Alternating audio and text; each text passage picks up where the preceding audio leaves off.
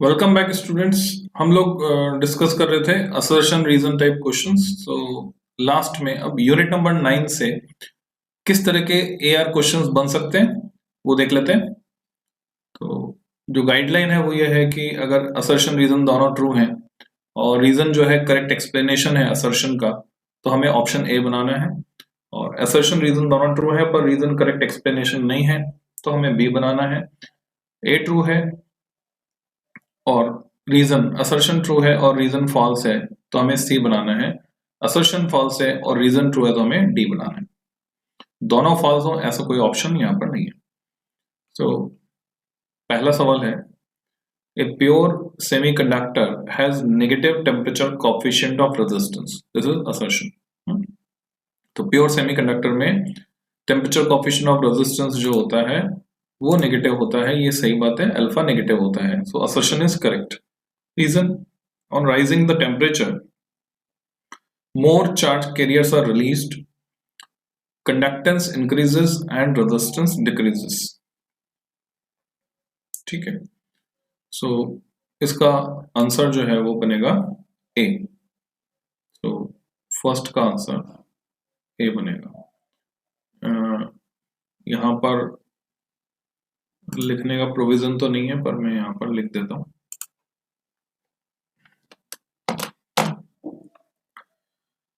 Next पे आते हैं। assertion है, at a fixed temperature silicon will have a minimum conductivity when it has a smaller accepted doping। तो temperature को अगर हमने कांस्टेंट कर दिया है तो सिलिकॉन में जो कंडक्टिविटी है वो मिनिमम रहेगी। जब डोपिंग जो हमने की है उसमें वो स्मॉल है। सेंटेंस मीनिंगफुल नहीं बन रहा है, रीजन और पढ़ लेते हैं।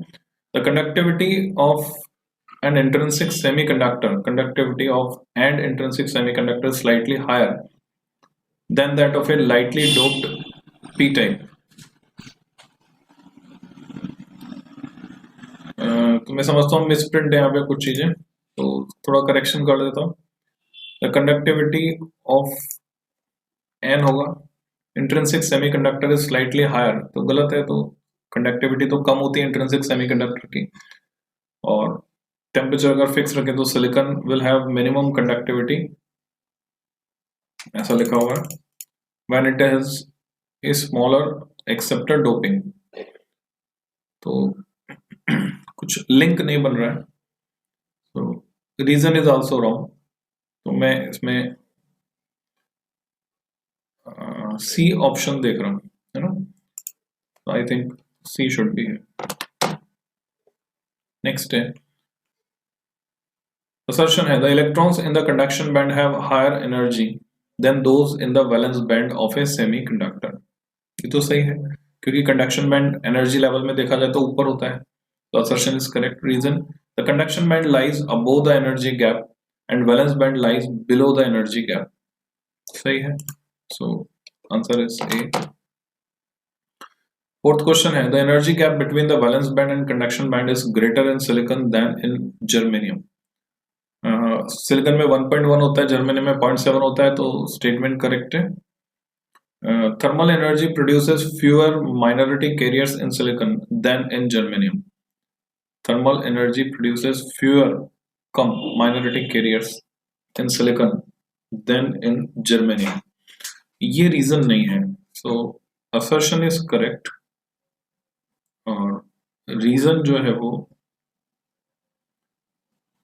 माइनॉरिटी कैरियर सिलिकॉन और जर्मेनियम में कोई डिफरेंस तो नहीं आएगा, so assertion is correct and reason is false. तो फिर से मैं इसका आंसर सी बनाऊंगा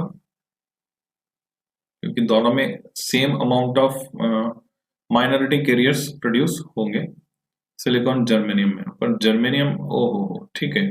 सो reason is also true, thermal energy produces fewer minority carrier in silicon than in germanium. Minority carriers जो है वो तब प्रोड्यूस होते हैं, माइनॉरिटी कैरियर्स वो होते हैं जो जैसे अभी टेम्परेचर हमने बढ़ाया है ना, थर्मल एनर्जी टेम्परेचर हमने बढ़ाया, टेम्परेचर बढ़ाया तो इलेक्ट्रॉन जो है वैलेंस बैंड से निकल के कंडक्शन बैंड तक जाएंगे। अब क्योंकि सिलिकॉन में गैप ज्यादा है तो उसमें कम जाएंगे और जर्मेनियम में ज्यादा जाएंगे।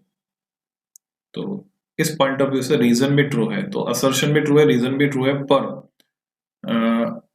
रीजन जो है असर्शन के लिए सही एक्सप्लेनेशन नहीं है, तो मैं बी बनाता हूं इसको, इसका सही आंसर होगा बी। फिफ्थ क्वेश्चन है PN junction diode can be used even at ultra high frequencies, reason capacitive reactance of PN junction diode increases as frequency increases। PN junction diode का कैपेसिटी से क्या लिंक है,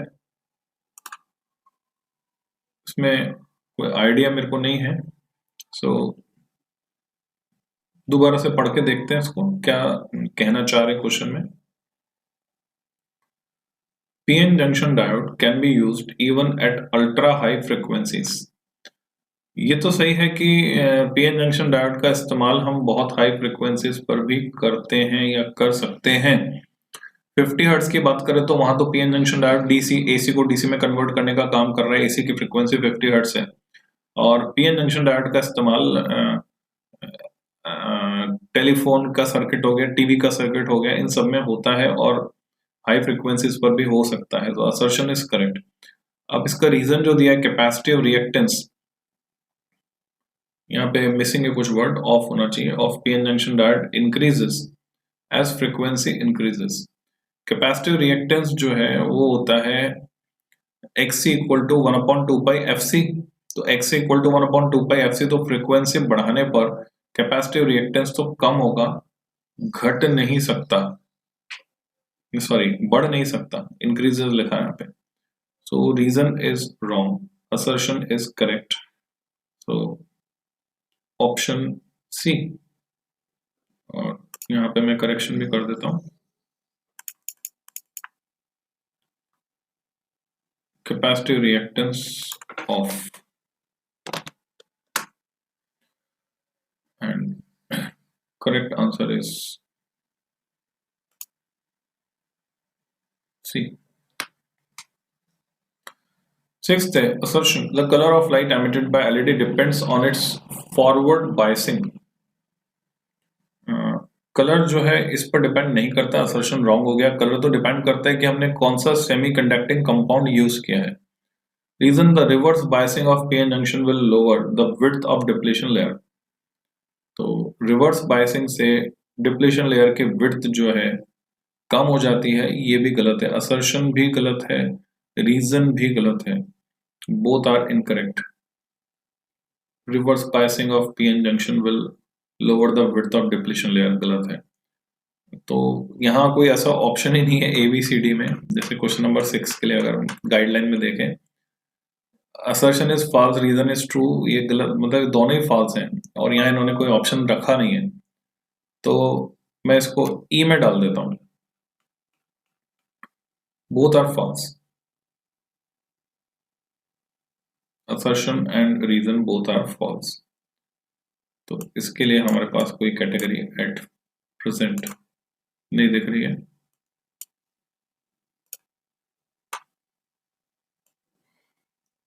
question number 6 के लिए। Seventh है assertion है 2 PN junction diodes placed back to back will work as NPN transistor, गलत है, नहीं काम कर सकते, क्योंकि NPN ट्रांजिस्टर में जो बेस रीजन है वो पतला रहेगा, जबकि PN जंक्शन डायोड को जब हम बैक टू बैक जोड़ेंगे तो बेस रीजन जो है वो थिक हो जाएगा, इसलिए it is wrong. Reason the P regions of 2 PN junction diodes placed back to back will form the base of NPN transistor। तो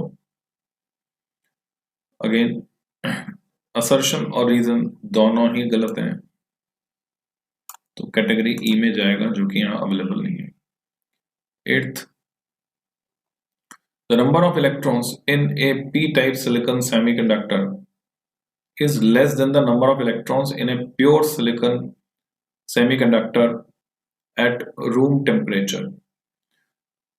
ये सही है, क्योंकि p टाइप है तो उसमें होल्स होंगे मेजॉरिटी चार्ज कैरियर, तो इलेक्ट्रॉन्स कम होंगे।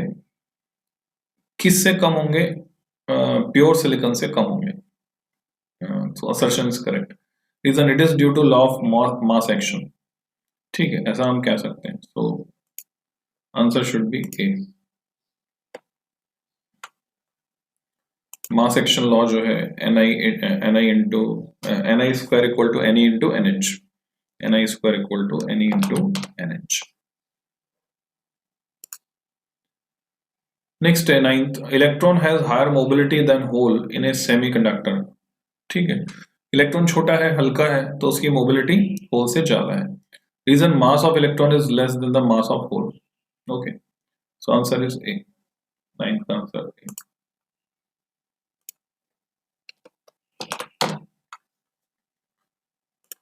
नेक्स्ट है असर्शन है an n-type semiconductor has a large number of electrons but still it is electrically neutral. तो ये भी सही है ना, क्योंकि जितने इलेक्ट्रॉन्स होते हैं उनके करस्पॉन्डिंग पॉजिटिव आयंस वहां फ्री होते हैं, तो नेट चार्ज 0 होता है. तो correct. Reason n-type semiconductor is obtained by doping an intrinsic semiconductor with a pentavalent impurity. ठीक है, और करेक्ट एक्सप्लेनेशन भी है, पर इसका एक्सप्लेनेशन नहीं है. Still it is electrically neutral, इसका एक्सप्लेनेशन नहीं है. एन टाइप सेमीकंडक्टर में लार्ज नंबर ऑफ इलेक्ट्रॉन्स क्यों होते हैं, उसका एक्सप्लेनेशन है. तो असर्शन करेक्ट है, रीजन भी करेक्ट है. रीजन असर्शन का करेक्ट एक्सप्लेनेशन नहीं है. बी.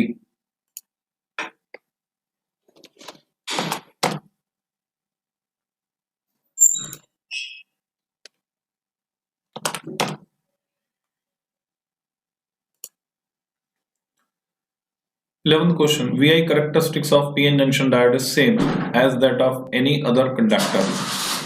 तो ऐसा तो नहीं है, so assertion is wrong. Reason PN junction diode behave as, क्योंकि PN junction diode तो नॉन ओमिक होता है और बाकी कंडक्टर जो है ओमिक होते हैं. PN junction diode behave as conductor at room temperature. ये भी गलत है. Assertion and reason both are wrong. तो कैटेगरी ई में जाएगा, जो कि यहाँ पर नहीं दी गई. 12th. At 0 Kelvin, germanium is a superconductor. 0 Kelvin पे जर्मेनियम जो है वो तो इंसुलेटर है. 0 Kelvin जर्मेनियम ऑफर 0 रेजिस्टेंस. दोनों ही गलत हैं, फिर कैटेगरी ई में जाएगा. 13th है semiconductor do not obeys Ohm's law. सही है. Current is determined by the rate of flow of charge carriers. Assertion का रीजन से कोई लिंक नहीं है, हालांकि असर्शन सही है और रीजन भी अपने आप में सही है, पर रीजन असर्शन का करेक्ट एक्सप्लेनेशन नहीं है. तो कैटेगरी बी.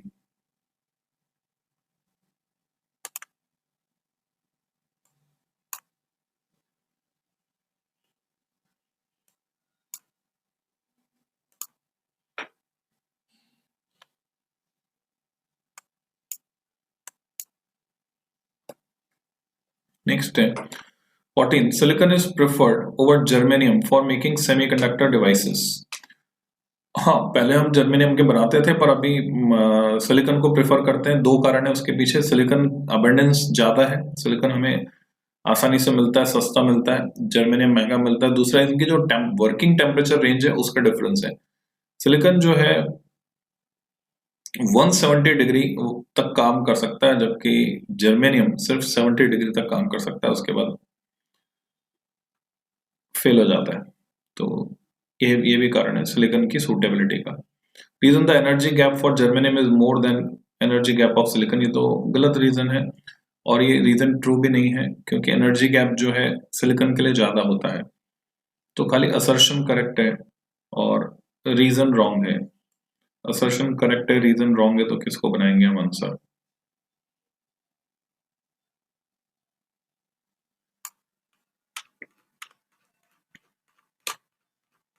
कहां पहुंच गए?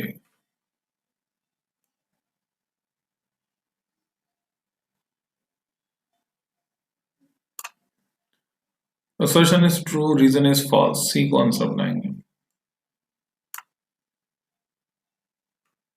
इसका आंसर होगा सी।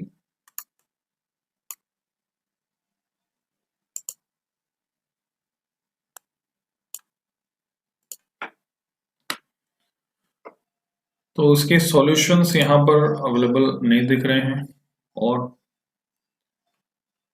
तो जो हमने डिस्कस किया उसी के बेसिस पे आप इसको फाइनल समझें। नेक्स्ट वीडियो में मैं डिस्कस करूंगा बच्चों case study based question electronic devices पर बेस। फिर ये सीरीज हमारी कंप्लीट हो जाएगी, क्योंकि 9 के 9 यूनिट के सारे क्वेश्चंस जो नई तरह के आने वाले हैं वो हम डिस्कस कर चुके होंगे। So happy learning.